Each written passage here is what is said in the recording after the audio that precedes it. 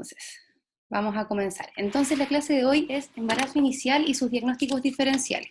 Bueno, el doctor ya me presentó, yo soy ginecóloga obstetra, estudié en la Universidad del Paraíso toda mi carrera y luego la beca también ahí, y soy egresada también de un magíster de Barcelona en cáncer de mama. Así que los que pasen por el hospital Carlos Van Buren probablemente van a rotar con nosotros y encantados los vamos a estar esperando. Ya, pero no me permite avanzar. Ahí sí. Entonces, pongámonos de acuerdo, ¿ya? Lo primero es que todas las preguntas van a ser bienvenidas, ¿ya? Si bien ahora están silenciados, vamos a dejar un espacio para poder preguntar, y no hay peor pregunta, ¿no es cierto?, la que no se hace, porque todos nos da vergüenza muchas veces preguntar, pero eso es peor. Y vamos a silenciar nuestros celulares en este caso, y vamos a disfrutar esta clase y el proceso de aprender, ¿ya? No hay que olvidarse que en el fondo lo más importante es pasarlo bien y aprender. ¿Cuáles van a ser los objetivos de esta clase? El alumno al finalizar la clase será capaz de definir y reconocer los criterios diagnósticos de embarazo intrauterino inicial y de embarazo ectópico, reconocer los criterios diagnósticos de embarazo de localización incierta y tener un manejo inicial del algoritmo de embarazo de localización incierta. Entonces, aquí, un segundo, que se avanza solo.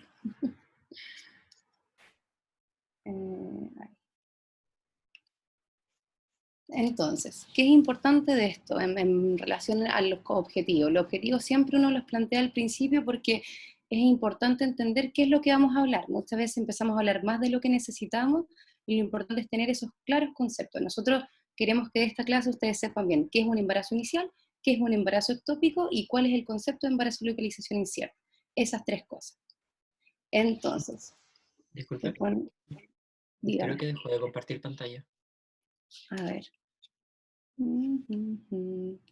¿Cómo hago esto? Gracias por avisarme. Espérame.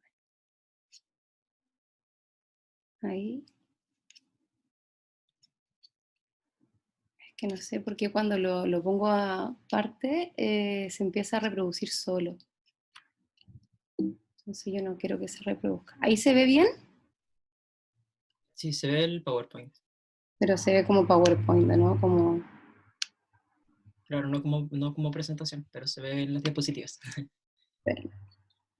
Reproducir... A ver. Ahí sí. El problema es que empieza a avanzar solito.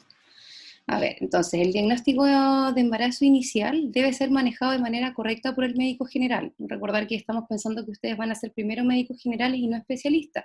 Después, cuando sean especialistas, sí, pero deben conocer esto sí o sí. ¿Ya? Lo que más necesitamos es que ustedes tengan una elevada sospecha diagnóstica. ¿Ya? Eso significa que tengan esa duda o esa inquietud de que podemos estar frente a un embarazo ectópico o un embarazo de localización incierta y no necesariamente un embarazo inicial normal. ¿Ya? Y va a ser un desafío súper importante para ustedes como médico general. Ahora, ¿de qué vamos a hablar ahora? Ya lo dije varias veces, pero en el fondo con esta es la tabla de contenidos para que sepan que vamos a seguir ese orden. Y lo vamos a hacer así tal cual. Primero vamos a hablar de embarazo intrauterino. ¿Por qué no podemos hablar de algo anormal si primero no hablamos de algo normal? ¿No es cierto? Luego vamos a hablar de embarazo ectópico, para que también tengan una idea y sepan bien de lo que estamos hablando. Y en tercer lugar, vamos a hablar sobre embarazo de localización incierta, lo que dijo el doctor que se llama PUL, porque está en inglés, o ELI, que sería en español.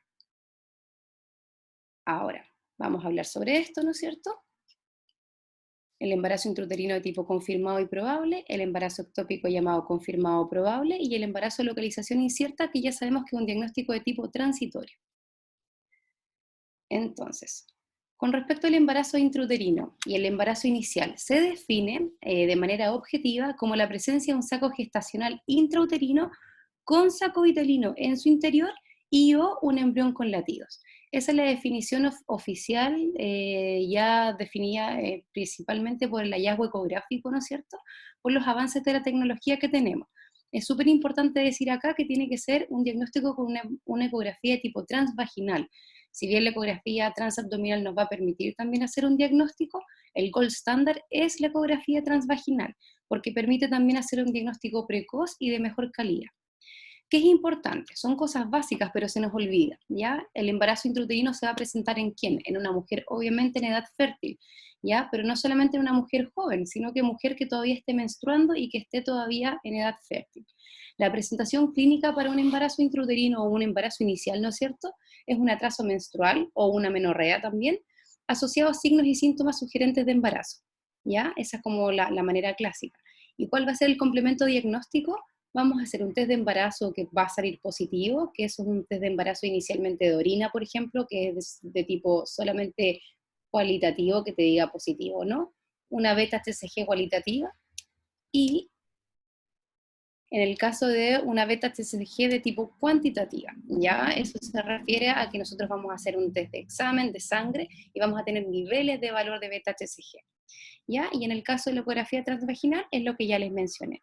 Es súper importante que sepan esto, porque muchas veces piensan que solo por tener un saco gestacional solito es el diagnóstico para un embarazo inicial.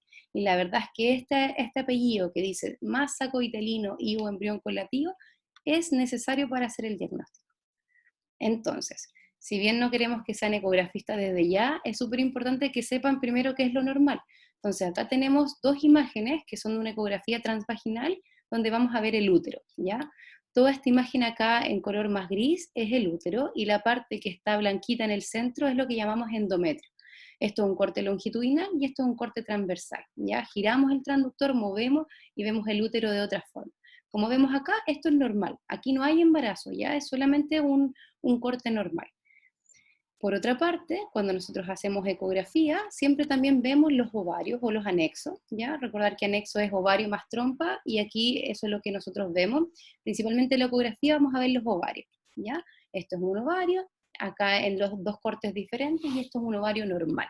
¿Por qué se los muestro? Porque ahora van a entender por qué. Entonces, cuando nosotros queremos decir, ok, entonces vamos a hacer un diagnóstico de embarazo intrauterino, tenemos de nuevo nuestro útero, ¿ya? Y vamos a tener acá en nuestro interior un saco gestacional, que es todo esto negrito que está acá, pero además con otro circulito chiquitito que se llama saco vitelino. En este caso tendríamos un saco vitelino acá, y cuando vemos acá al otro lado, también tenemos, por ejemplo, un saco gestacional con un saco vitelino y con un embrión.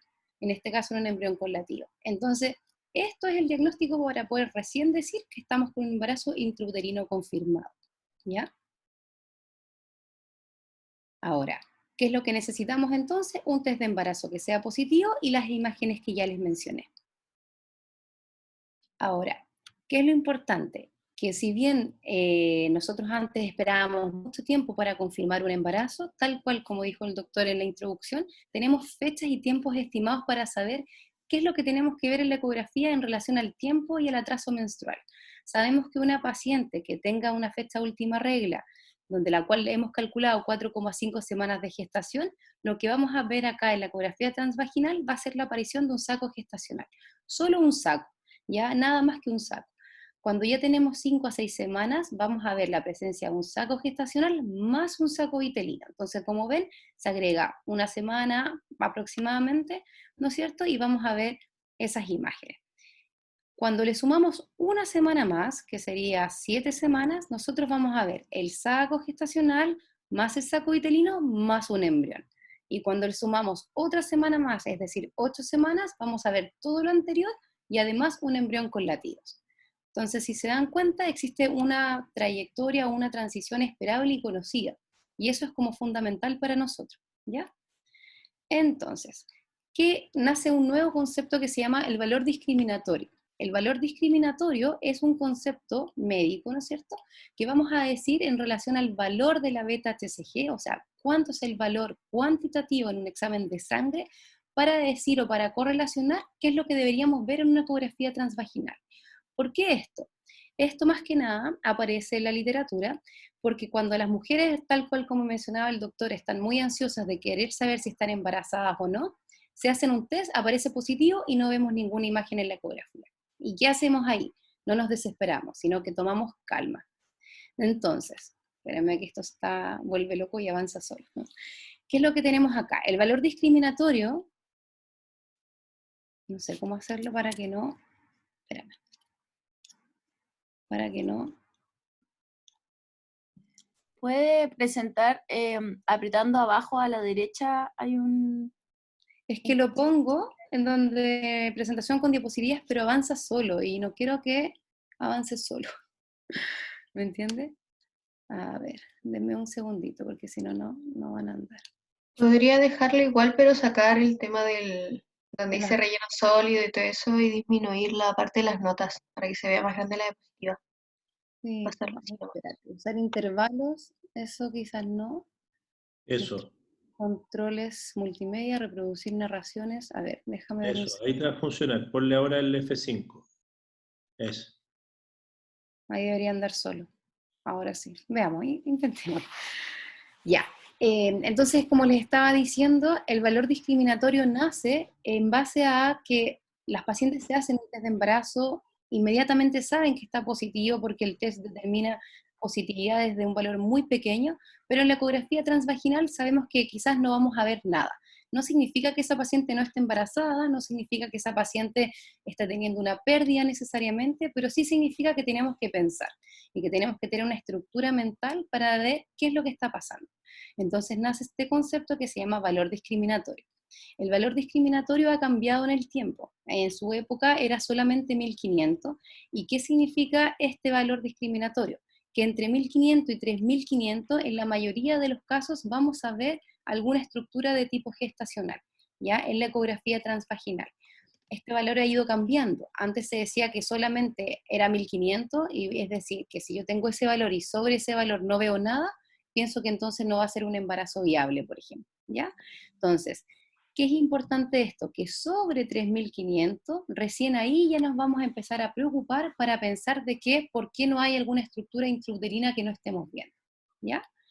Entonces, solamente como dato, es importante saber que cuando existen gestaciones múltiples, o sea, embarazos gemelares, por ejemplo, el valor discriminatorio podría ser mayor, ¿ya?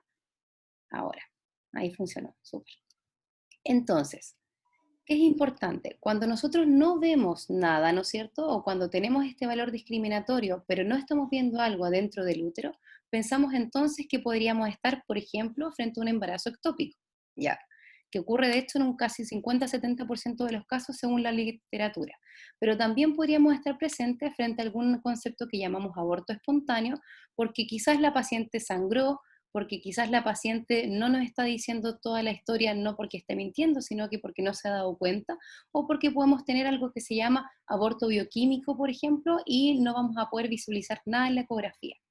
Entonces nace aquí dos conceptos súper importantes que tienen que manejar, uno llamado embarazo de viabilidad incierta y el otro llamado embarazo de localización incierta.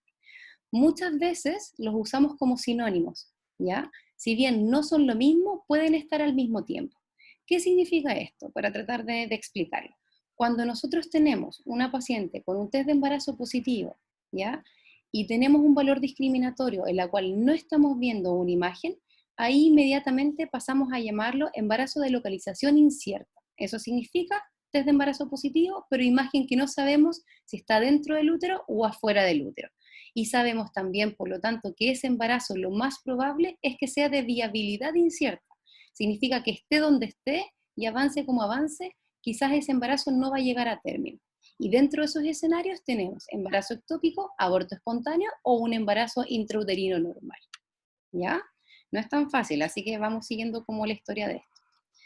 Ahora, ¿qué es lo que vamos entonces a entender y que no nos podemos olvidar? Siempre es súper importante la anamnesis de nuestra paciente y la fecha última regla para saber su atraso menstrual. Las estructuras para nosotros hacer un diagnóstico van a ser la beta-HCG cuantitativa y la ecografía transvaginal. ¿Por qué? Porque la beta-HCG nos va a permitir este valor discriminatorio para saber que su corte más conservador ahora es 3.500 unidades por ml, y por otra parte la ecografía transvaginal para saber que hay hallazgos ecográficos esperables. En ese caso, sabemos que hay aparición de estructuras embrionarias con una secuencia temporal. Y en el caso que no podamos ver nada de lo que esperábamos, sabemos que vamos a estar frente a un embarazo de viabilidad incierta y que lo más probable sea un embarazo, ¿no es cierto?, de localización incierta. Súper importante entender que este diagnóstico va a ser solamente transitorio. Ya, hasta acá. Voy a preguntar si es que existen dudas o si existe algún concepto que no haya quedado claro, con toda confianza para que pregunten. Hola, yo tengo una duda, soy Javier. Dígame. quería preguntar, ¿cuándo uno habla de efectivamente de atraso o de amenorrea? Porque cuando aquí dicen atraso, no sé cómo es la definición. Ok, bueno, muy buena pregunta. En general esos son los conceptos de semiología, ¿ya? Es importante entender atraso menstrual es cualquier ausencia de regla, ¿ya? Pero amenorrea se define como la ausencia de una regla por 3 meses o 6 ciclos en su defecto, ¿ya? Es distinto. La clase de amenorrea no se la han pasado todavía, ¿o sí? ¿O ya se la pasaron? Sí, la tuvimos en tercero. Ya, ¿sí se acuerdan?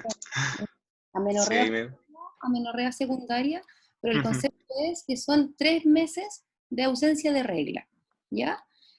O 6 ciclos si es que la paciente era de ciclos irregulares. Entonces, muchas veces con 3 meses la paciente ya está ultra archi embarazada, ¿no es cierto? En cambio, atraso menstrual es simplemente el cambio de tu regla en base a la fecha de tu última regla, ¿ya? Entonces, una ujú. paciente que es súper ordenada y que sabe su regla, no tiene por qué tener una esperar 3 meses, ¿no es cierto?, para saber si está embarazada, ¿ya? Solamente Claro, atraso menstrual. ¿Se entiende? gracias. Sí. Bueno, Paola, dígame. no, solo agregar que van a ver en el apunte que hay una tríada del embarazo ectópico que se llama dolor pélvico, metrorragia y amenorrea. Y ahí el término está usado como amenorrea por la época en la que esa tríada se describe. Y esa tríada es una tríada que se utilizaba en los años 60, 70 para hacer el diagnóstico de embarazo ectópico. Sin embargo, ese era el diagnóstico de un embarazo ectópico complicado, donde el dolor era el motivo de consulta y donde la mujer además tenía un flujo vaginal hemático y además tenía amenorrea, porque como dice la doctora, llevaba más de 3 ciclos sin regla. Pero en la actualidad es muy raro que una mujer lleve 3 ciclos sin menstruación y recién ahí consulte. Eso, la verdad, pregúntenle ustedes a sus hermanas, a sus mamás, a sus amigas, cuál sería la conducta de ellas si planificando un embarazo o no planificando, les ocurre que no les llega la regla en 3 meses. Y se van a fijar que la gran mayoría de las mujeres hoy en día, con mucho más educación en estos términos, si no les llega la regla un mes, ya consultan o ellas mismas se han realizado un test de embarazo. Entonces el término correcto de esa tríada, y lo digo para que lo tengan presente, sería dolor, metrorragia y atraso menstrual. ¿Ya? Solo eso. Sí. Recuerden que aquí cuando yo les puse, por ejemplo, en embarazo intrauterino, para que ustedes lo vean, también les puse atraso menstrual, ¿ya? Acá, en presentación. Si ustedes lo ven acá, dice atraso menstrual y o amenorrea, asociado a signos sugerentes de embarazo, ¿ya? ¿Alguna otra pregunta hasta este momento? Doctora, Dígame.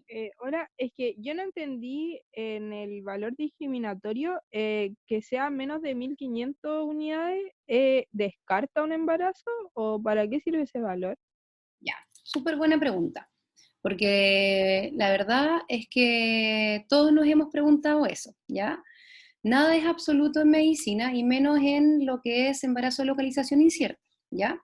Se supone, o lo que te plantea la literatura, es que tú deberías ver estructuras entre 1500 y 3500, ¿ya? Sobre 3500, si no estás viendo nada, te hace pensar de que ese embarazo, si es que está embarazada, ¿no es cierto?, no está dentro del útero, y decimos embarazo de localización incierta o de viabilidad incierta. Y bajo 1500, en el fondo tenemos que esperar, ¿ya? No significa que en este caso no tenga nada, significa que en este caso no esperamos a que veamos algo dentro del útero, ¿ya? Entonces ahí con mayor razón hay que esperar, y con mayor razón vamos a hacer lo que les voy a plantear a continuación de la clase, ¿ya? Ay, Eso, súper buena pregunta. De hecho, la idea de la clase es como que ustedes vayan preguntando y yo les voy aclarando, porque si no es como muy fome, ¿ya? Pero en el gracias. fondo, pero eso, tal cual. Bajo 1500, la paciente está embarazada, pero no sabemos dónde está, pero todavía esperamos a que falta tiempo para que podamos ver dentro del útero. ¿Ya? ¿Se entendió? ¿Alguna otra pregunta? ¿No? Ya, Y si seguimos puedes en... un poquito de nuevo lo de la diferencia entre localización incierta y viabilidad incierta, por favor. Ya, está bien. Mira, en el fondo son conceptos que muchas veces son usados como sinónimos. Y de hecho casi que lo son. ¿Por qué? Embarazo de localización incierta, vamos a seguir hablando, se trata de cualquier paciente que tenga un test de embarazo positivo, pero que tú ecográficamente no logras ver nada, ¿ya? No logras ver nada ni adentro del útero ni afuera del útero, ¿sí? Eso es un embarazo de localización incierta. Y eso significa que en su momento ese embarazo puede progresar y puede ser que aparezca dentro del útero o puede ser que aparezca fuera del útero, ¿sí? Eso es embarazo de localización incierta. Cuando nosotros decimos además embarazo de viabilidad incierta, incorporamos dentro de eso el embarazo de localización incierta, porque todavía no sabemos qué va a pasar. Pero además aparece el concepto dentro de esa viabilidad incierta, el diagnóstico de aborto, por ejemplo, o de algún embarazo que esté avanzando, pero que presente signos de que quizás pueda andar más o menos mal, ¿ya? Y eso es otra clase, que es en el fondo signos ecográficos que te hagan pensar que esa paciente puede abortar, por ejemplo, ¿ya? Entonces, esta clase es de localización incierta, pero lo van a ver como concepto casi como sinónimo y muchas veces de la mano. ¿Se entiende? Sí, perfecto, muchas gracias. Ya, súper. No, está Doctora. genial. Dígame. Y en esta diapo, entonces, con esas tres cosas, o sea, con la anamnesis, la FUR, la VHCG y la ecografía, ¿se hace el diagnóstico del embarazo intrauterino? Claro, como yo les decía inicialmente, esas son las bases para diagnosticar un embarazo intrauterino, ¿ya? Y lo más importante es recordar que tiene que ser, ojalá, o sea, ¿no es cierto?, una ecografía transvaginal, ¿ya? Aquí nada es, la beta-TCG sola no te debiese hacer tu embarazo, tu diagnóstico solito, la ecografía sola tampoco, y la anamnesis sola tampoco. Recordar siempre que nosotros trabajamos de manera integrada con todo, y es lo que le recordamos a los internos, a los becados, que no es solo la ecografía, o no es solo el examen físico, o no es solo el examen, ¿ya? Es un conjunto de cosas. ¿Sí? Sí, gracias. Ya. ¿Alguna otra pregunta o sigo? ¿Seguimos? Yo tengo una duda. Dígame. ¿Qué pasa si está poco disponible la ecografía transvaginal? Por ejemplo, una persona que vive en un sector muy rural. En ese caso, habría que derivar si hagan una ecografía transvaginal. Claro, o sea, ahí súper buena pregunta también, pero recuerda que esta clase está orientada, primero, ¿no es cierto?, para que ustedes sean capaces de diagnosticar un embarazo intrauterino sano, ¿no es cierto?, fisiológico. Si no hay ningún apuro ni ninguna urgencia y la paciente no está, solamente quiere saber si está embarazada, obviamente ahí no hay por qué correr y puede ser derivada después, ¿no es cierto?, para que otro médico o en algún otro lugar le hagan una ecografía transvaginal en algún momento del embarazo, ¿no es cierto? Y eso es parte de otra clase, pero es súper importante saber que las mujeres embarazadas deben tener su primera ecografía transvaginal, ojalá, ¿no es cierto?, sí o sí en su primer trimestre del embarazo, ¿sí?, antes de las 12 semanas, ¿ya? Antes de las 12 semanas y después otra también antes de las 14 semanas, ¿ya? Entonces, no hay un apuro si es que no hay algo que te haga sospechar de que estamos mal encaminados, ¿ya? Pero sí requiere una ecografía transvaginal en algún momento de su embarazo. Ok. ¿Ya? Yo tengo una última pregunta con respecto como, bueno, no es lo mismo, pero en cuanto al abordaje de médico o médica general, ¿nosotros en qué momento intervenimos? O sea, ya puede llegar una paciente con un test de embarazo positivo y nosotros, ¿qué capacidad vamos a tener como para pedir, podemos pedir una beta-HCG o una eco transvaginal o hay que derivar? ¿Cómo es el proceso como en cuanto a lo que vamos a hacer como generales? Ya, súper bien, pero eso te lo voy a responder al final de la clase, porque ahora vamos a seguir para que tú misma te respondas eso y si no yo te voy a ayudar. ¿Ya? Muchas gracias. Ya. Entonces, eso ya creo que salieron hartas preguntas porque los que preguntaron es lo que todos tenemos las mismas dudas cuando vemos este tema. Entonces, seguimos. Entonces ya, vimos sobre los criterios diagnósticos, sí o sí, ¿no es cierto?, para embarazo intrauterino, y vamos a ver entonces ahora cuál es el concepto de embarazo ectópico. Cuando nosotros decimos, no, esto no es un intrauterino, es un extrauterino y es un embarazo ectópico. Súper importante acá entender que existen dos conceptos básicos, que es confirmado y probable, que son cosas bien distintas, ¿ya? ¿qué vamos a ver acá? La definición de un embarazo ectópico se define como la gestación que ocurre fuera de la cavidad uterina, y esta es la definición clave que cuando se las preguntamos a los internos, a veces se enredan un montón, y es súper simple, ¿ya? Es todo embarazo que ocurre fuera de la cavidad uterina. ¿Qué es importante con esto? El sitio más frecuente donde ocurre el embarazo ectópico es en la trompa de falopio, ¿ya? En más de un 90% de los casos. La mayoría de los casos es detectada de manera precoz, con oportunidad terapéutica de tipo médico-quirúrgica mínimamente invasiva, y siempre considerar una urgencia quirúrgica si la paciente está inestable hemodinámicamente o con algún abdomen agudo. ¿Qué significa esto? Que también gracias a la tecnología y gracias a la ecografía transvaginal y los exámenes de sangre, nosotros hemos podido cambiar el momento de diagnosticar un embarazo ectópico. Ustedes van a tener una clase solita de embarazo ectópico, pero obviamente aquí les voy a aclarar algunas cosas. El embarazo ectópico en su momento aportó una gran tasa de mortalidad materna, ¿ya? Y todavía de hecho en zonas rurales o en zonas cuando también avanzadas, pero que es un diagnóstico tardío, el embarazo ectópico roto o complicado genera y puede generar muerte materna. Entonces no hay que mirarlo con menor importancia, para nada, ¿ya? Pero como ha avanzado tanto la tecnología, nosotros como podemos hacer las ecografías transvaginales, el test de embarazo positivo y la paciente también que está súper ansiosa o muy atenta a sus atrasos menstruales, permite diagnósticos muchas veces más precoces. Entonces, ¿cuál es la incidencia? Está más o menos descrito que es un 2%, pero se cree que es más, porque en el fondo está subdiagnosticado, porque en muchas partes no hay registros de embarazo ectópico, cuando los registros de salud solamente están los públicos o los privados, no existe una base de datos muy bien establecida, se piensa que el diagnóstico puede ser aún mayor. Y si vamos a un servicio de ginecología, por ejemplo, donde yo trabajo, donde el doctor trabaja y todo en la parte de urgencia, casi un 20%, o sea, un 18%, una de cada 5 pacientes de las que consultan por una metrorragia del primer trimestre, o sea, de las embarazadas, con una gestación inicial y o con dolor abdominal, presentan un embarazo ectópico, ¿ya? No necesariamente complicado, pero sí un embarazo ectópico. Entonces es algo que cuando te concentras en un centro de derivación, lo vas a ver con frecuencia, ¿ya? Y la mortalidad, que es lo que yo ya les describí. Entonces, ¿cuál va a ser la presentación clínica? De nuevo, ¿no es cierto? Mujer en edad fértil. La presentación clínica ahora sí de un embarazo ectópico puede ser sintomática o asintomática, y antes solamente se pensaba que era asintomática, ¿ya?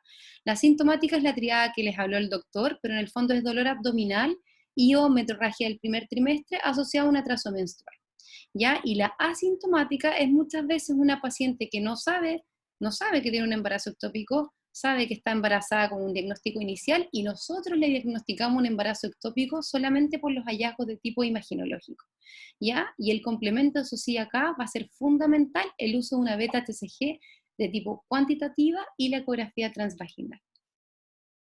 Entonces, dentro de los sitios de implantación, yo les mencioné que el más frecuente es la trompa de falopio, que corresponde en un 90% de los casos, pero también podemos encontrar otros lugares, ¿no es cierto? Puede ser una implantación abdominal, cervical, en el ovario, o la cicatriz de cesárea, ¿ya? Pero estos valores son muy bajitos, 1% a 3%.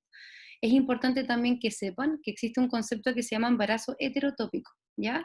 El embarazo heterotópico es algo descrito que si la paciente se embarazó de forma espontánea, es muy poco probable, está descrito de 1 a 4.000 casos o 1 a 30.000 casos, que la paciente tenga 2 embarazos al mismo tiempo, uno adentro del útero y el otro afuera del útero, o sea que tengo un embarazo intrauterino y además un embarazo ectópico, o sea, mucha mala suerte, ¿ya? Está descrito, puede pasar, pero es muy poco frecuente. Cuando la paciente ha tenido una fertilización in vitro, esa frecuencia aumenta, ¿ya? Y puede estar presente de 1 a 100 casos, eso es mucho más frecuente, ¿ya? Pero solamente si es que fue una fertilización in vitro, si no, la frecuencia es muy poquita. Entonces, esto es solamente un hallazgo para que ustedes lo vean, ¿no es cierto? Pero en este caso un embarazo intraabdominal, ¿ya? En este caso fue algo, es un caso reportado en la literatura y es algo que no van a ver con frecuencia para nada, pero puede pasar, ¿ya? Ahora, ¿cuáles son los factores de riesgo para que ustedes sepan? Es importante saber que hasta un 50% de los casos no tiene ningún factor de riesgo, o sea, es importante, ¿ya? Pero el resto sí tiene factores de riesgo y como todo en ginecología, el haber tenido ese mismo caso antes siempre te aporta más riesgo, ¿ya? Haber tenido un ectópico previo te aporta un riesgo de un 10%, y tener 2 o más embarazos ectópicos previos te aporta hasta un 25% de riesgo. Y todo lo que afecte tu anatomía ginecológica en relación a las estructuras, como haber tenido un proceso inflamatorio pelviano, un daño tubario, alguna cirugía pélvica previa, ¿ya? También afectan a que esas trompas de falopio estén sanas, ¿no es cierto? Y como no van a estar sanas, hay una mayor predisposición a que a este embarazo, que debió haber sido intrauterino, se quede, ¿no es cierto?, en la trompa y genere un embarazo de tipo ectópico, ¿ya? La infertilidad y el tabaquismo son factores súper importantes, y aquí el uso del DIU, se los voy a mencionar, el uso del DIU está descrito que disminuye tu riesgo de tener un embarazo ectópico porque tienes menor probabilidad de embarazarte, ¿ya? Versus una paciente que no use ningún tipo de método anticonceptivo. Pero lamentablemente, si esa paciente que tenía un DIU se embaraza con el DIU puesto, ahí ya tiene un riesgo de un 50% de hacer un embarazo ectópico, ¿ya? Entonces, eso es importante saber, que existe diferencia entre un riesgo absoluto y un riesgo relativo. O sea, tiene menor riesgo absoluto, pero tiene mayor riesgo relativo, ¿ya? Entonces, entendiendo esto, para poder decir nosotros queremos hacer un diagnóstico de embarazo ectópico, ¿cómo lo vamos a hacer? ¿Cómo vamos a diagnosticar? Bueno, necesitamos sí o sí un mínimo de valor de beta-HCG, porque como les dije, la zona discriminatoria, por ejemplo, sobre 3500, sabemos que deberíamos ver algo intrauterino y además una ecografía transvaginal. Entonces con eso yo voy a decir, esta paciente está súper embarazada, pero no sé dónde está este embarazo. Ok, ya sabemos que es un embarazo de localización incierta, pero podría ser un embarazo ectópico, ¿no es cierto? O podría ser un embarazo intrauterino que todavía no aparece y no lo veo. Entonces, ¿qué voy a hacer yo? ¿Qué es lo que voy a hacer? Voy a tomar aire, voy a respirar y voy a estar tranquila. Si esa paciente está estable hemodinámicamente, lo que yo requiero muchas veces va a ser hacer un seguimiento con curva de valores de beta-HCG y ecografía seriada. ¿Qué significa eso? Que lo que más les pido de esta clase es que no tomen una decisión apresurada. Es decir, que no por un valor de beta-HCG y una ecografía, perdón, decidan qué es el diagnóstico de embarazo ectópico, ¿ya? Y la clave está en tener una elevada sospecha diagnóstica, o sea, que ustedes sospechen, que tengan esa duda. Al que no se le ocurre, no lo diagnostica. Entonces, ¿qué es importante del embarazo ectópico? Existen dos conceptos. Uno es el concepto de diagnóstico definitivo y otro es el concepto de diagnóstico probable. El diagnóstico definitivo es muy parecido al de intrauterino, pero obviamente afuera, ¿ya? Entonces, tenemos que ver el saco gestacional con el saco vitelino y o con el embrión, con LSF visibles en un anexo, ¿ya? Esto en este caso, como yo ya les había enseñado las ecografías, la idea era esa para que ahora entendieran un poquito más. Todo lo que tenemos aquí, en este gris un poco más oscuro, es el útero, ¿ya? Lo que teníamos acá era el endometrio en blanquito, y si ustedes ven, no hay nada, no hay ninguna imagen intrauterina, ¿ya? Pero paralelamente al lado, ¿no es cierto?, tenemos todo este saco gestacional con este embrión, ¿ya? En este caso tenemos un embarazo de tipo ectópico o extrauterino, ¿ya? Y entonces, además acá, otra imagen, otra paciente, el útero estaba por acá, y acá lo que vemos también es un saco gestacional con un saco vitelino y con un embrión, ¿ya? Entonces, cuando vemos esto, ok, esto sí es un diagnóstico definitivo de embarazo ectópico y nadie se los va a discutir. Sin embargo, esto no es la situación más habitual. De hecho, lo más frecuente es que no nos ocurra esto. Entonces, lo que sí nos ocurre a nosotros, como ya ginecólogos y que lo vemos, es los probables diagnósticos de embarazo ectópico, ¿ya? Porque es difícil ver un embrión con latidos o un saco vitelino con un saco gestacional en un anexo, ¿ya? Entonces, lo que en general vemos es una imagen tipo masa con un área hipoecoica, ya les voy a explicar, separada del ovario, o sea que se llama parovárica, porque recordar que la mayoría están en la trompa y no en el ovario. Entonces, en este caso, por ejemplo, en esta imagen, no queremos que sean ecografistas, pero ya han visto más fotitos ahora, vemos acá, por ejemplo, toda esta masa que parece una rosca, ¿no es cierto?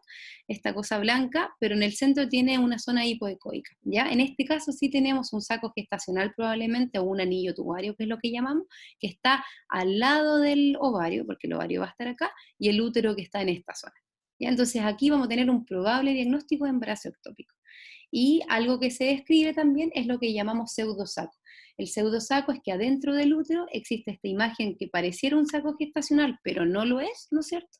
Porque es líquido o secreción de tipo hemática que se acumula dentro del útero, pero que no tiene nada que ver con embarazo intrauterino.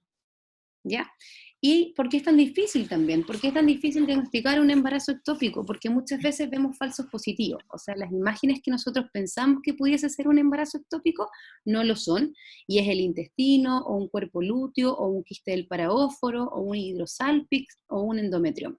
Entonces, en el fondo, es muy difícil hacer el diagnóstico, porque imaginológicamente no es fácil llegar y decir es un embarazo ectópico, ¿ya?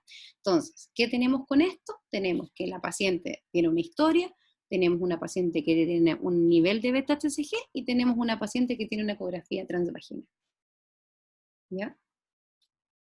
Entonces, ¿qué es lo que nosotros vamos a necesitar en este caso? Si no estamos seguros con la imagen y es solamente un probable embarazo ectópico y la paciente está estable hemodinámicamente, lo que nosotros vamos a necesitar es hacer una curva de beta-HCG, es decir, una medición seriada de eso. ¿Por qué? Porque nosotros sabemos médicamente que existen valores, ¿no es cierto?, que debiesen aumentar en un embarazo normal o valores donde aumenta pero que no es un embarazo normal. Así como sabíamos en la ecografía que tienen que ir apareciendo signos en base a un embarazo fisiológico y sano, también sabemos que un embarazo fisiológico y sano debe aumentar sus valores de beta-HCG de una cierta manera. Y entonces cuando eso no ocurre, pensamos que puede ser un embarazo ectópico. Entonces, ¿qué es lo que vamos a hacer? Y es lo que nosotros llamamos curva de beta-HCG. Cuando lleguen al internado y los que en algún momento lleguen a hacer la beca, van a ver que esto lo hablamos siempre. Y lo más importante que sepan es que un valor aislado, o sea, solo un valor de beta-HCG no te hace el diagnóstico de un embarazo ectópico, ¿ya? Muy importante. Entonces, ¿qué es lo importante? Nosotros vamos a pedir una curva cada 48 horas, ¿ya? No es ni más ni menos. En 48 horas nosotros tenemos que hacer un nuevo examen de sangre para ver cuánto aumentó o cuánto bajó ese valor. ¿Por qué? Porque se sabe que hasta la semana 10 existe una curva normal para un embarazo fisiológico hasta llegar más o menos a valores de 100.000 unidades de beta-HCG por ml, ¿ya? Entonces, ¿qué es lo que se sabe? Y esto sí, para que lo anoten en sus apuntes. Se sabe que si nosotros tenemos una paciente que su primera beta-HCG era menor a 1500, sabemos que en 48 horas el siguiente valor de la beta-HCG debería subir casi un 50%, ¿ya? O sea, si yo estoy frente a un embarazo que yo le tomo una beta hoy día y es 1500 y en 2 días más está en 5000, ¿no es cierto?, subió su propio valor muchísimo más de un 50%. Y lo que me hace pensar eso es que es un embarazo fisiológico, ¿ya? Estos valores que están aquí son los valores que yo tengo que pensar de un ascenso normal, ¿ya? Y lo que es nuevo para ustedes, que eso de hecho la generación más nuevita, o la más antigua, perdón, no lo maneja, es que este ascenso antes se decía para todos igual. A todos se le decía, tiene que subir tanto porcentaje. Ahora se sabe que en relación a su valor inicial, cuánto tiene que subir a una persona normal, ¿ya? Entonces, menos 1500, su valor en 48 horas tiene que subir un 49%. Entre 1500 y 3000, su valor debe aumentar en un 40%. Y si tenemos un valor más de 3000, el valor debe ser sobre un 33%, esto en 48 horas. Y si esto no se cumple, entonces pensamos que pudiese ser un embarazo ectópico, ¿ya? Entonces, eso es súper importante. Y entonces, dentro de los conceptos que nosotros vimos de embarazo ectópico, ¿no es cierto?, sabemos que es un embarazo de viabilidad incierta y además un embarazo de localización incierta.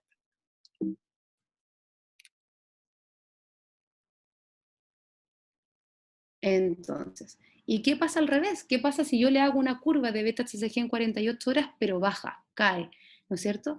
Entonces ahí tenemos que pensar que independiente de dónde esté, si sea intrauterino o extrauterino, lo más probable es que estemos frente a una falla gestacional, es decir, que la paciente esté presentando un aborto. El aborto puede ser aborto intrauterino o también puede ser un aborto tubario, puede ser un aborto adentro del útero o puede ser un aborto dentro de la trompa, pero cualquiera de los dos casos, si la beta-HCG comienza a bajar, pensamos entonces en eso, ¿ya? Entonces, lo más importante es que tienen que saber es que en ni un caso, ni el anterior y en este, el diagnóstico se hace de forma aislada. Todo es curva de beta-HCG y lo que más recomendamos es que tengamos por lo menos 3 valores. Es decir, tu primer valor, una curva a las 48 horas y una curva a las siguientes 48 horas. ¿Ya? En el caso que estemos en pacientes que estén bajando su curva, tenemos que pensar que esa monitorización debe ser hasta su negativización, es decir, hasta 0 o hasta menos 5 según los valores de cada laboratorio, ¿ya? Y esto es un dato médico nomás para ustedes, el 95% de los abortos espontáneos presentan una caída de más o menos un 21 o 35% de su valor en 48 horas, ¿ya? Entonces, si no cumple los valores esperados que nosotros habíamos hablado inicialmente de una curva normal, también pensamos que es un embarazo de viabilidad incierta, ¿ya? Entonces, para recapitular, tenemos que en relación al embarazo ectópico, ya habiendo entendido antes lo que era un embarazo intrauterino normal, vamos a ver lo que es en este caso lo anormal. Para hacer el diagnóstico de embarazo ectópico requerimos una anamnesis importante y conocer los factores de riesgo de la paciente y saber que está con un atraso menstrual, ver los valores de beta-HCG cuantitativa y los hallazgos ecográficos transvaginales, ver siempre, ¿no es cierto?, la hemodinamia de la paciente. Si la paciente está estable hemodinámicamente, podemos hacer todo lo que yo les he mencionado. Si la paciente está inestable hemodinámicamente, no podemos hacer nada de lo que yo les estoy diciendo y tenemos que hacer una intervención quirúrgica de urgencia. Con respecto a la beta-HCG, tenemos que hacer una curva cada 48 horas, ¿ya? Y ver entonces si aumenta o si desciende. Y si aumenta, tenemos que ver, ¿aumentó los valores normales de lo que yo estaba esperando y es un embarazo intrauterino que solamente aún no lo veo? ¿O aumentó pero no aumentó normal y entonces parece que se está comportando como un embarazo ectópico? ¿O descendió y estamos entonces frente a una falla gestacional que puede ser intrauterina o extrauterina, pero de todas maneras está descendiendo y entonces pareciera ser que está abortando? ¿Y qué hallazgos ecográficos tenemos? Sabemos entonces que lo más probable es que tengamos hallazgos ecográficos probables y no certeros, o hallazgos ecográficos que sean confirmatorios y ahí podemos ofrecer un tratamiento definitivo, ¿ya? Entonces con eso nuevamente mencionaremos nuestros conceptos de viabilidad incierta y de localización incierta. Ya, hasta acá, mucho. ¿Dudas, preguntas?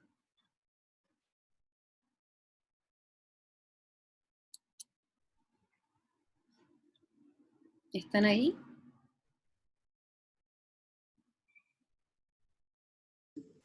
Hola, doctor. ¿Se escucha?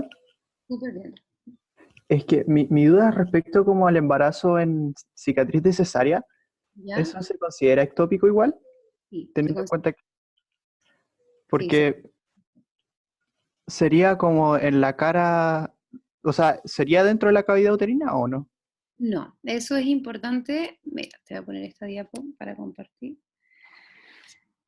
En el fondo, cuando hablamos de embarazo ectópico, se está viendo la imagen, ¿no? ¿Sí? Un diagnóstico es embarazo abdominal, ¿ya? Eso es en la cavidad abdominal, es decir, por alguna razón este embarazo se implantó en el epiplón o en las asas intestinales o en el peritoneo, ¿ya? En la cavidad abdominal como tal. Pero cuando se implanta en la cicatriz de cesárea, por lo menos el que está descrito, puede ser una cicatriz de cesárea intrauterina, ¿ya? Es decir, cuando nosotros hacemos una cesárea, la cicatriz está por fuera y por dentro, es verdad, ¿ya? Pero muchas veces lo que está escrito en la literatura es en relación a la cicatriz de cesárea intrauterina, ¿ya? Ahora, también podría ser, pero ya sería muy raro también, es que se hubiese implantado en restos de cicatriz de cesárea desde la cara externa del útero, ¿ya? Pero en general lo que pasa es que adentro del útero se puede formar algo que se llama istmocele o en el fondo en relación a la cicatriz interna y ahí como ese tejido está diferente se implanta ahí el embarazo y no en el fondo uterino como debiese implantarse. ¿Ya? Ok, muchas gracias. De nada. ¿Alguna otra pregunta? ¿Seguros? ¿Seguros? ¿Seguros? Yo tengo una pregunta. Dele. Si la endometriosis es un factor de riesgo para embarazo ectópico. Ya. Sí, súper buena pregunta. Es considerado un factor de riesgo porque también es considerado dentro de los casos de infertilidad también, ¿ya? La endometriosis, existen distintos tipos de endometriosis, profunda y superficial, pero en el fondo muchas veces la endometriosis lo que hace es afecta la anatomía de la paciente, ¿ya? Por distintas razones. Y dentro de esa alteración de la anatomía, eso favorece a que la paciente tenga un embarazo ectópico, ¿no es cierto? Y no un embarazo intrauterino. Así que sí podría ser un factor de riesgo, pero no toda endometriosis te va a dar embarazo ectópico, ¿sí? Gracias. De nada.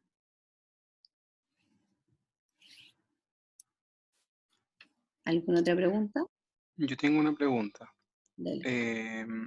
Que al final vamos a hacer 3 mediciones de BTCCG, ¿o no? La inicial, después de 48 horas y después también de 48 horas. Exactamente, ¿ya? Mm, Efectivamente, la curva va a ser siempre en 48 horas, ¿ya? Ahí te voy a poner la pantalla. En el fondo, lo que nosotros vamos a hacer siempre va a ser, ojalá tomar tres mediciones y ver si subió o aumentó en base a la curva normal, ¿ya? Y con eso vamos a decir, mira, esta paciente aumentó normal, entonces yo ahora además debería ver algo ecográficamente esperable, ¿no es cierto? Como un embarazo intrauterino normal. O esta paciente subió, pero no subió tanto y no estoy viendo nada intrauterino, entonces voy a tratar de buscar signos ecográficos extrauterinos con embarazo ectópico, y en ese caso, con 3 mediciones de beta-HCG y superando el valor discriminatorio, porque es importante eso que dices tú, como las pacientes preguntan súper precoz, ¿qué pasa si yo hago una beta-HCG a una paciente que tiene 100 unidades, por ejemplo? Respóndeme tú, espérate, ¿con quién estoy hablando? A ver. Conmigo, con Javier. Ya, Javier, yo tengo una paciente que le tomo una beta-HCG y aparece en 100, y no estoy viendo nada intrauterino. ¿Qué crees tú que está pasando?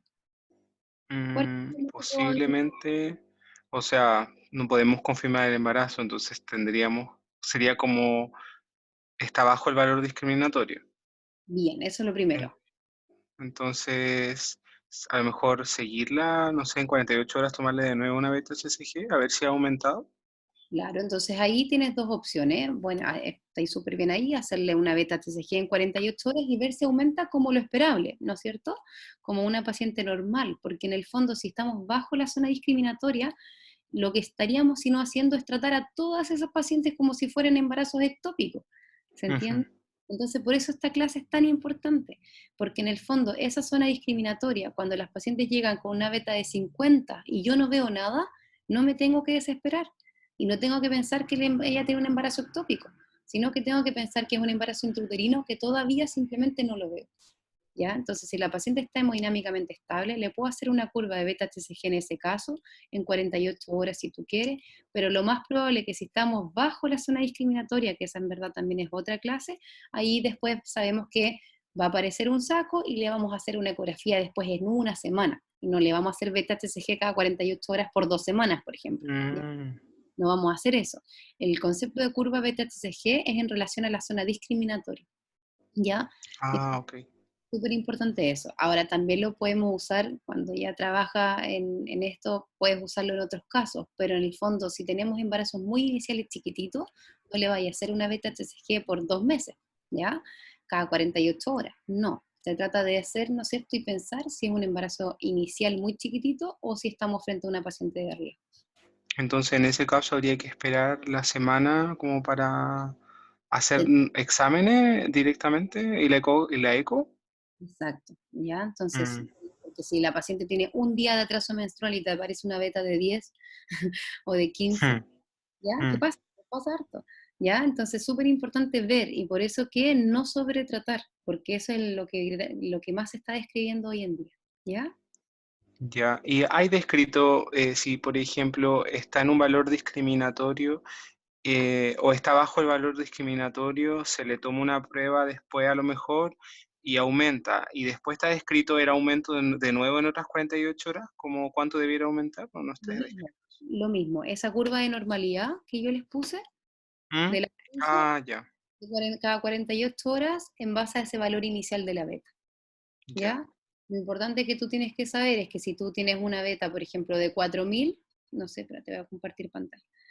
Por ejemplo, acá, si yo tengo una beta de 4000 de valor inicial, porque dice más de 3000, por Ujú, ejemplo, yo tengo que saber que en 48 horas tiene que subir un 33%. mm. Y luego las siguientes 48 horas, de nuevo un 33%. Si sube menos que eso, yo pienso, parece que puede ser un embarazo ectópico. ¿Sí? Ujú, Asociado a todo lo otro que hemos hablado durante toda la clase. claro, ¿Ya? muchas gracias. De nada. ¿Alguna otra pregunta? Ya estamos casi terminando. Doctora, Paola, disculpa, solamente una observación. Mucho de lo que han realizado preguntas muy buenas, pero muchas de esas preguntas están bien especificadas en el apunte que les compartí. Entonces, les recomiendo, a propósito de lo que estoy escuchando en las preguntas que se generan, que terminada la actividad con la doctora Acuña, relean ese apunte, ahora ya después de las explicaciones que Paola les ha estado dando, porque una segunda lectura les va a permitir digerir mejor la información que estaba ahí. El concepto que la doctora les está transmitiendo y que yo quiero reafirmar es que acá el embarazo ectópico es lo infrecuente en la población general. Lo frecuente en la población general, 95 veces más frecuente que el ectópico, es un embarazo normotópico. Y por lo tanto ustedes no pueden generar un enfrentamiento de sobrediagnóstico que termine, por ejemplo, en un falso diagnóstico de embarazo ectópico, cuando en realidad lo único que tenemos es un embarazo inicial que aún no se veía porque sus niveles eran muy bajos para ser vistos. Y tampoco pueden tomar una paciente joven y sana en su primer, segundo embarazo, que por haberse hecho el diagnóstico en una etapa muy inicial, ustedes la terminan citando 4 o 5 veces, funcionándole para hacer exámenes de sangre cada 48 horas, generando un nivel de ansiedad y preocupación heavy, para que al final simplemente se trataba de un embarazo normal. Por el otro lado, en cambio, en el 1% de las veces de la población general, ustedes tienen un paciente que va a tener un ectópico, y el ectópico va a tener un comportamiento del punto de vista del aumento de la hormona distinto, y ecográficamente, en el apunte también se lo reseñé, hay muy pocos elementos categóricos de ectópico, por lo tanto muchas veces vamos a hablar de una sospecha de embarazo ectópico más que de una certeza. Y solo para concluir esta intervención, si ustedes sobretratan a la mayoría de las pacientes, están haciendo una mala medicina, están gastando recursos de forma ineficiente. En cambio, si ustedes le hacen una buena anamnesis, identifican los factores de riesgo y saben que ese paciente es de alto riesgo, por ejemplo, una paciente con embarazos ectópicos previos que además tuvo, por ejemplo, pérdida reproductiva y que viene de una fertilización in vitro, ustedes saben que ahí hay un riesgo más elevado, y ustedes a esa paciente la van a seguir de una manera distinta. Pero ya no estamos hablando del enfrentamiento de las pacientes en general, sino que lo aterrizamos y lo personalizamos. ¿Ya? Solo eso, Polo. Está súper bien. O sea, y que agarrando un poco lo mismo, en el fondo de esta clase, lo que nosotros necesitamos que ustedes entiendan es que no hay que sobretratar ni dañar. ¿Ya? Empezaron a salir muchas publicaciones a propósito de lo mismo, como la medicina avanzó tan rápido y tan bien, en el fondo, las pacientes estaban tan ansiosas y los médicos mismos, nosotros nos equivocábamos porque en el fondo pedíamos una beta-TCG, pedíamos una ecografía transvaginal, no veíamos nada, se empezaba a hacer una curva cada 48 horas y se le decía, mira, no se ve nada, ya llevamos 3 niveles, entonces hay que tomar una decisión y esa decisión hay que tomarla como si fuera un embarazo ectópico y se trata como tal. Y ahí se empezaron a dar cuenta que muchas veces empezaban a realizar abortos, ¿no es cierto?, o intervenciones a pacientes que tenían un embarazo intrauterino fisiológico normal, que solamente estaba dentro del útero, pero que había que darle tiempo para que apareciera. Entonces, ese es el concepto que ustedes tienen que manejar, no solo como médicos, sino que porque les puede pasar a sus parejas, a sus pololas, a sus hermanas, a todo el mundo, ¿ya? Entonces, no dañar es el concepto más importante que nosotros tenemos que tener y no perder el sentido de la lógica, ¿ya? Si una paciente está recién con un atraso menstrual cortito y en el fondo estamos presentes frente a un embarazo intrauterino chiquitito que solo no lo vemos, solamente hay que tener tiempo, ¿ya? Tiempo y paciencia, pero también no perder el contexto en el cual estamos insertos, ¿ya? ¿Dudas o preguntas antes de terminar esta última parte? Que estamos casi listos. ¿No? Yo tengo una duda, doctora, Dele.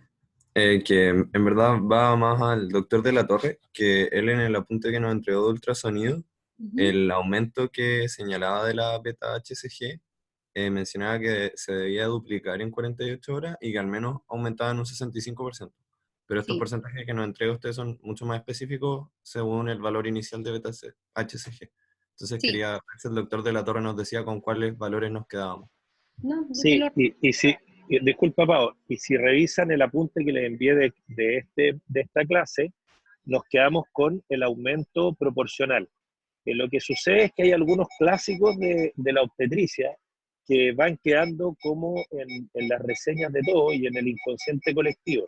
Y esta famosa duplicación en 48 horas era un concepto bastante extendido que con el paso del tiempo y siguiendo la lógica de lo que la doctora Acuña les comenta de no sobretratar y no equivocarnos, fue cambiando desde una política muy exigente, en el fondo que le pedía al embarazo crecer con un estándar muy alto, que era el 66%, versus ahora niveles mucho más bajos, precisamente para que no se nos pase ese embarazo normal, que tenía una curva de crecimiento más baja, pero que estaba dentro de lo normal. No sé si me explico con eso último que tengo. O sea, el 66% es una curva que más del 90% de los embarazos van a cumplir. Pero pueden haber hasta un 5 o 3% que suban menos que eso y sin embargo sean embarazos normales. Y ahí es donde viene el problema. Si tú estableces un criterio de discriminación, como era, por ejemplo, los 1.500 unidades, para ver un saco, hay un 90% de sacos que se ven con 1.500, pero hay un 10% que no se van a ver. Y el problema, si tú estableces un criterio muy exigente, es que termines, como nos pasó, y a mí me tocó ir a defender a mi hospital, por 2 casos en los que con estos criterios de 1.500 y la curva del 66% en 48 horas, se sospecharon embarazos ectópicos, se les dio tratamiento farmacológico, que como se los puse en la guía, es teratogénico, es abortivo, y las pacientes, al controlarse después del tratamiento, se verificó que eran embarazos intrauterinos y que lamentablemente cursaron como abortos. Uno es... Estamos perdiendo. Pero mira, a ver si vuelve. No. Pero mira, tal cual lo que te estaba diciendo el doctor, lo importante es que los valores que estaban en el apunte, porque también yo lo leí, es los valores que... Ellos perdido 18 semanas con malformaciones múltiples, pero acuérdense la frase de la autora, no daña. Por ciento, quédense con un aumento dependiente del punto de Doc, no se escucha bien. inicio. ¿Ahí se escucha bien? Les decía que más que el 66 o el 57 se queden con la curva dependiente del valor de inicio. O sea, dependiendo con cuánto se presenta la paciente por primera vez, es cuánto le vamos a exigir de aumento. Y nunca vamos a tomar una decisión con una única medición. En el fondo, los valores que aparecen en el apunte, que están súper bien, eran los valores hasta el 2018 y que la mayoría de los papers todavía utiliza, ¿ya? El valor que les puse yo es súper específico, es de la COG, publicado ahora en marzo del 2018, hace 2 años, que es como lo más actualizado que hay. ¿Por qué? Porque se vio a tratar de no generar daño, porque si te ponías muy exigente con los valores, se dieron cuenta que había un porcentaje que tú estabas generando abortos. En cambio, si tú haces unos valores, en este caso, más laxos, se dieron cuenta que la curva abarcaba más pacientes que podían tener embarazo intrauterino, pero que eran más lentitos en aparecer. Eso. ¿Se entiende? Sí, doctora, muchas gracias. Ya, de nada. Y lo otro, como para terminar casi, miren, la metodología de aprendizaje se ha demostrado que funciona más con que ustedes, además que son una generación, ya no es millennial, es la otra, la Z, no sé, pero la generación en el fondo que, y yo misma también, la manera de aprender bien es leer primero los papers, 1 o 2 papers, luego escuchar una clase como esta y luego volver a releer esa información en los papers, ¿ya? Este documento va a quedar para ustedes y una vez que lo lean les aseguro que van a entender todo mucho más, ¿ya? Así que les sugiero que lo hagan y yo voy a estar disponible igual para las dudas vía correo electrónico si lo necesitan, ¿ya? Entonces, para casi terminar. Entonces, ya entendiendo lo que era un embarazo intrauterino normal, ya entendiendo lo que era un embarazo ectópico, vamos a finalizar con lo que es un embarazo de localización incierta, que sabemos entonces que es un diagnóstico de tipo transitorio y es lo que llamamos PUL o ELI en español. ¿Ya? ELI por embarazo de localización incierta y PUL por Pregnancy of Unknown Location. Entonces, este caso sería una mujer con una gestación inicial sin hallazgos definitivos imagenológicos ni adentro del útero ni afuera del útero, pero debe ser considerado como un diagnóstico transitorio y jamás de tipo definitivo, ¿Por qué? Porque con toda la clase que yo ya les hice, ya sabemos que esa paciente o puede tener un embarazo intrauterino normal, que simplemente no ha aparecido, o puede tener un embarazo ectópico, o puede tener un embarazo de viabilidad incierta, que significa que tiene alguna de esas dos, pero que no está progresando de manera correcta. O sea, por ejemplo, un aborto. ¿Ya? Entonces, esto por ejemplo es antiguo, es del 2011, pero esta era una imagen que me parece correcta porque nosotros estamos acá. Un embarazo de localización incierta, que podemos tener un probable embarazo intrauterino o un definitivo embarazo intrauterino, o podríamos tener un embarazo ectópico de tipo probable, que es lo que yo les expliqué, o podríamos tener después un embarazo ectópico definitivo. Entonces, cuando nosotros estamos acá, esto es un diagnóstico transitorio y con seguimiento de exámenes o ecografías o con el tiempo tenemos que tomar una decisión si nos vamos hacia este lado o si nos vamos hacia ese lado. ¿Ya? Entonces, requiere un seguimiento de beta-TCG cada 48 horas y ecografía transvaginal seriada. Esto es importante, la ecografía transvaginal seriada no está descrita cada cuánto tiempo, pero en base a los hallazgos nosotros sabemos que en general debiese ser cada 7 días o cada 10 días, y no antes, porque los hallazgos imaginológicos no los vamos a encontrar antes, ¿ya?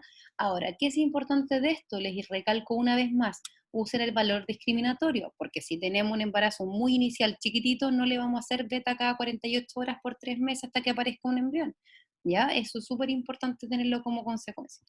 Ya, y si es que la hemodinamia está estable, se sugiere hacer este seguimiento y no realizar un diagnóstico definitivo con solo una toma de beta-HCG. Si no, ahí puede generar mucho daño y al final podemos darle a una paciente metotrexate o podemos hacerle una cirugía pensando que es un embarazo ectópico y en una paciente que solamente tenía un embarazo intrauterino.